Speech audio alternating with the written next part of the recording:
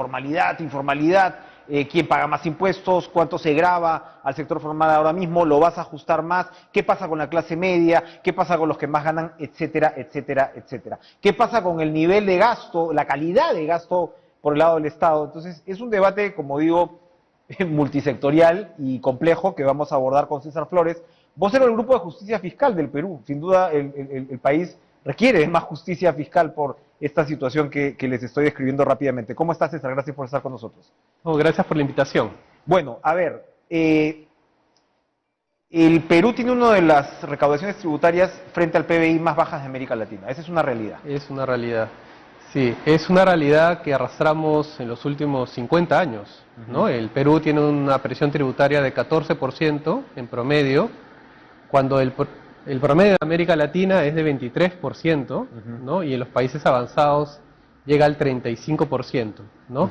Eso claramente impacta en lo que es el cierre de brechas sociales, ¿no? Claramente, y eso acabamos de ver en la pandemia, ¿no? Claro. Cómo digamos, el sistema de salud no resistió a la pandemia, ¿no? Y fuimos uno de los países con mayor cantidad de muertos, ¿no? 200.000 peruanos y peruanas que ya no están con nosotros. Solo para dar una proyección de cuánto debería crecer, ¿no? El presupuesto en salud. Para estar a niveles internacionales deberíamos gastar al menos 6% del PBI en salud, y nosotros estamos a la mitad. Es decir, Hemos tenido al ministro de Salud quejándose del presupuesto. Tendríamos que duplicar el presupuesto de salud actual para estar a niveles internacionales. Lo mismo educación. Para estar a niveles internacionales, que también están alrededor del 6% del PBI, tendríamos que aumentar en 50% el Ahora, presupuesto. Educación ya está manejando una quinta parte del presupuesto nacional, pero aún así para estar a un nivel de gasto razonable, ¿no? A nivel internacional, tendríamos que aumentarlo en 50% más de lo que es ahora. Ahora, ahí hay varios temas, ¿no? Vamos, digamos, de arriba hacia abajo. De arriba, la pregunta siempre es, o el debate siempre es, ¿cuánto pesa la informalidad en esa baja recaudación en el país? Porque ese es el primer debate, ¿no? Cuando hablamos de ampliar la base tributaria, el sector privado no dice, oye, ok, será 14%, pero a mí me graban con 35 o 40%. Claro. Y me quieren ajustar más y tienes un 70% o más de informalidad, que por supuesto tiene una gran complejidad, porque a veces el informal es mitad formal, mitad informal, etcétera, etcétera, etcétera. ¿Cuánto peso tiene eso? Porque yo he escuchado opiniones también que dicen que no es tanto. Sí, creo que el primer dato que quiero darte antes de responderte a eso es que el Perú, o sea, ¿por qué el Perú está rezagado en América Latina? ¿No? Y la respuesta es muy clara. O sea, el Perú no ha tenido reformas tributarias estructurales, por lo menos en los últimos 20 años. ¿No? De hecho, hay un estudio que hizo el Consejo Fiscal, ¿no? Cuando Waldo Mendoza lo dirigía, el exministro Waldo Mendoza, del 2010 al 2016, cuando ya estaba acabando el anterior superciclo de precios, ¿no? Y ya la recaudación estaba bajando. Colombia aplicó 2 reformas tributarias estructurales, Chile aplicó, todos los países de la Alianza del Pacífico, ¿no? Chile aplicó una reforma tributaria estructural, lo mismo hizo México, y el único país de la Alianza del Pacífico que no hizo ninguna reforma tributaria estructural fue el Perú. Entonces, esto es sistemático. O sea, yo creo que el tema... No hemos enfrentado el tema, por lo menos en los últimos 20 años no lo hemos enfrentado. No, y perdón, hablábamos con Forsyth ahora, Colombia, que tuvo una gran convulsión cuando presenta a Duque su primer proyecto de reforma tributaria, es decir, un montón de muertos porque se interpretó que iba contra la clase media en parte. Bueno, de ahí corrigió la reforma tributaria y ha logrado pasarla por el Congreso precisamente para poder levantar dinero para ampliar los programas sociales. O sea, para ver la importancia que tiene el tema en los países de la región. Claro, y un segundo dato que quería también comentarte antes de pasar a la pregunta que me hiciste, es cómo funciona la tributación y cómo funciona el rol de la tributación en las sociedades más avanzadas en el mundo, que es hacia donde queremos ir, ¿no? Como país. En los países más avanzados, no estoy hablando de Europa, Canadá, Australia, ¿no? Incluso los países nórdicos, la desigualdad económica es bastante alta, ¿no? Y solo se corrige esa desigualdad con los impuestos. Con los impuestos. ¿Cuánto disminuye la desigualdad en los países nórdicos? Luego de impuestos, en 42%. ¿Cuánto disminuye en Canadá, Alemania, Francia, etcétera? Disminuye 27%. ¿Y eso qué significa? cobras impuestos y redistribuyes, no solo en las clases más pobres, digamos, sino también en la clase media, ¿no? Con mejores servicios, mejor educación, etcétera. Entonces, ese es un elemento clave, ¿no? Y tenemos el caso de Chile, ¿no? ¿Por qué Chile tiene un PBI per cápita que es el doble del Perú? O sea, nos lleva, por lo menos el Perú le va a tomar 12 años para alcanzar ese nivel de PIB per cápita de mayor crecimiento económico. Sin embargo, las protestas allá básicamente se han basado en la desigualdad, ¿no? Entonces, ese es un punto importante porque, digamos, no estamos acostumbrados... No afrontar la desigualdad. Exacto, ¿no? es y está error. Comprobado, además, que eso es, digamos, un mito que ya se ha deconstruido, incluso desde el Fondo Monetario Internacional. El sistema económico que tenemos en el mundo, ¿no?, ha generado un chorreo hacia arriba en las últimas décadas. Es decir, esa idea de que iba a chorrear hacia abajo se ha comprobado que no está pasando, y más bien el nivel de acumulación de riqueza se da hacia los estamentos más altos.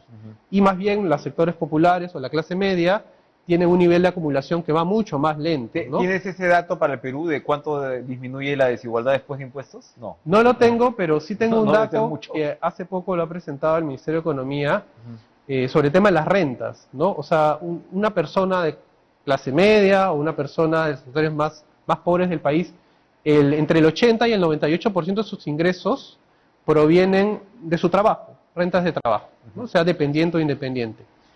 El sector económico, o sea, el sector de la población con más recursos en el Perú, solo el 16% proviene de su renta de trabajo como trabajador dependiente, y un 62% proviene de sus rentas de capital, ¿no? Y esa es una de las razones por las cuales, digamos, esta propuesta... Ahí estamos hablando del 0.5% de la población, o de repente menos, ¿no? Sí, por eso se quiere, por ejemplo, elevar la tasa del impuesto, digamos, a ganancias de capital de 5 a 10%, ¿no?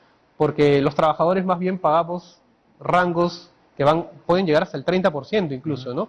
En cambio, digamos... la ganancia de capital es 5%. 5%, y están en manos de los sectores con más Entonces hay definitivamente un tema ahí con el sector que más gana. Ese es uno de los pilares de redistribuir riqueza en el país, tal como sucede en Canadá, Australia, Alemania, Francia, etcétera. ¿Qué pasa con la informalidad entonces en el Perú? Esta propuesta de reforma estructural, yo creo que esa es la primera de las muchas que van a tener que haber, porque, ojo, esta es una tarea que no solo le va a atañer a este gobierno, sino yo creo que cada gobierno va a tener que plantear una siguiente reforma tributaria, lograr, digamos, abarcar toda una reforma integral, no se puede hacer de golpe, ¿no? Va a abarcar a los gobiernos. Y ahí el detalle de lo que tú has mencionado es que esta reforma también plantea algunos mecanismos para ampliar la base tributaria, ¿no? Por ejemplo, plantea crear un RUC automático, por así llamarlo. Así como todos tenemos un DNI, ¿no? Como todos tenemos DNI, también se crearían al menos 2.5 millones de RUCs, ¿no? O sea, llegas a tus 18 y tienes tu RUC. No, tienes tu RUC, y obviamente también, digamos, dentro ya de la estructura actual, eso no significa que todo el mundo va a pagar impuestos, ¿no? Siempre los sectores que tienen menores ingresos, ¿no? O sea del sector formal o informal, tienen un rango que los exonera del pago de impuestos, ¿no? Entonces, al menos, digamos, dentro de lo que es la informalidad, por lo menos un 75% del sector informal gana ingresos muy bajos y no va a pagar ningún impuesto, incluso ya habiendo sido formalizado. 75%, ¿no? interesante al menos, ahí, ¿no? Sí. Claro, también hay informalidad con plata, ¿no? O sea, también hay... Claro, y un dato es que la informalidad, digamos, se eleva en el Perú de manera exponencial desde la década de los 80. Entonces estamos hablando de 40 años que se ha consolidado, y esto no se va a revertir sino en por lo menos unos 20 años de una política de Estado que se vaya trabajando progresivamente. El otro gran argumento, César, ¿no?, de los críticos es, oye, pero si el Estado no sabe gastar, ¿cómo me vas a cobrar más impuestos si el Estado no sabe? Mira lo que tienes ahora, mira tus presupuestos y mira lo que regresa al tesoro público, o mira lo que se gasta en corrupción, etc., etc., etc. ¿Qué se responde a ese argumento? En realidad es un tema integral, ¿no? O sea, es un tema integral, digamos, no podemos abarcar punto por punto y ir postergando los otros, ¿no? Hay que avanzar de manera paralela, hay que avanzar claramente en mejorar la institucionalidad del Estado. El Estado peruano es un Estado muy frágil en general, ¿no? Pero eso no exonera de que estemos también carentes de recursos. O sea, no podemos postergar indefinidamente el debate esperando un mundo ideal, eso, ¿no? Y hay un dato ahí además, ¿Cuándo se hacen las reformas tributarias? Se hacen sobre todo cuando estás en un ciclo expansivo. Ajá. Ahorita la economía mundial, de la cual el Perú es parte y el Perú se influye, ¿no? Está en un momento de expansión, ¿no? Y el Perú, digamos, parte de esta recuperación tiene que ver con que el año pasado no crecimos, sino caímos, pero también ya se empieza a sentir ese impacto internacional. Y cuando estás la economía en crecimiento, ahí es donde tienes que hacer la reforma tributaria, no cuando ya la economía, no cuando ya pasó el ciclo de crecimiento. Ya, claro, lógico, ¿no? lógico. Ahí ya no, ahí ya pasó el momento. Y para terminar, hablando del ciclo de crecimiento, así, ¿qué pasa con la minería? ¿La minería del Perú paga suficientes impuestos? Porque claro, hay una suerte de consenso, ¿no?, entre especialistas, que si le subes el impuesto la vas a hacer menos competitiva. Y claro, es un debate muy técnico, tiene digamos, muchos, ¿no? La utilidad neta, etcétera, Claro. etcétera, tiene varias aristas, pero en resumen, ¿la minería paga los suficientes impuestos en el Perú? Nosotros hemos hecho un estudio, lo por- acabamos de publicar, ¿no? Hemos usado la metodología del Fondo Monetario Internacional y hemos cogido a las principales empresas de cobre. Ya. ¿No? En Perú el 50% de la minería peruana es de cobre, ¿no? Lo que hemos encontrado es que aplicando una reforma tributaria, por ejemplo, que eleva las regalías de 1 a 3% a las ventas, Ujú. eleva en una proporción razonable el impuesto especial a la minería, aún así estas empresas en el largo plazo, ¿no?, con un precio menor al actual, ¿no?, Sí. tendrían una rentabilidad entre el 21 y el 40% anual, ¿no? Es decir, en términos de rentabilidad todavía sería muy razonable, digamos, invertir en el Perú.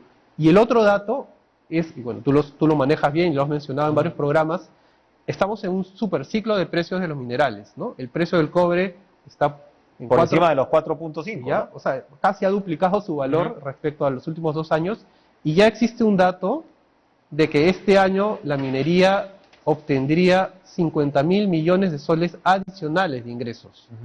Entonces, en varios países mineros, por ejemplo Australia, en su momento, en el anterior superciclo de precios, lo que se debate es sobre esos 50.000 millones de soles adicionales, ¿qué todo tiene que ir a la empresa o aplicas una tasa que permita que parte de esos 50.000 millones adicionales también permita ayudar al cierre de brechas en educación, salud, vivienda y demás? ¿No? Importantísimo debate metálico. Gracias, César Flores, vocero del Grupo Justicia Fiscal del Perú, por traernos estas perspectivas tan Muchas interesantes. gracias por la invitación. Gracias por estar con nosotros. Vamos a una pausa, vamos a regresar.